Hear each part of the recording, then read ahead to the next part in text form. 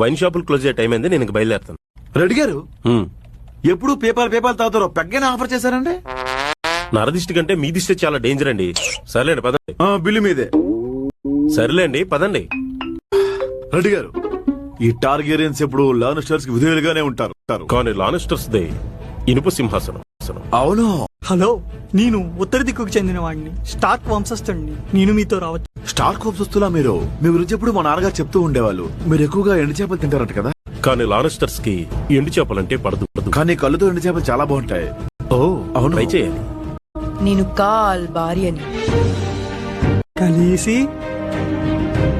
డ్రాగన్ల తెల్ల అంటే vodka batch అండి. ఫుల్ తాగినా కూల్ గా ఉంటారు. అందరు కలిపి నా తల మీద ఎక్కారా?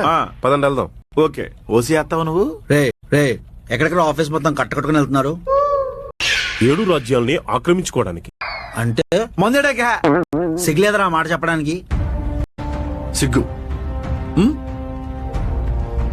నువ్వు ఫ్యామిలీ ప్యాక్ బిర్యానీలు ఆర్డర్ పెట్టుకుని మాకు సింగిల్ ప్యాక్ ఆర్డర్ పెట్టినప్పుడు మేము అడిగావా? నీకు సిగ్గులేదు? అడిగావండి మనం. అడగలేదే.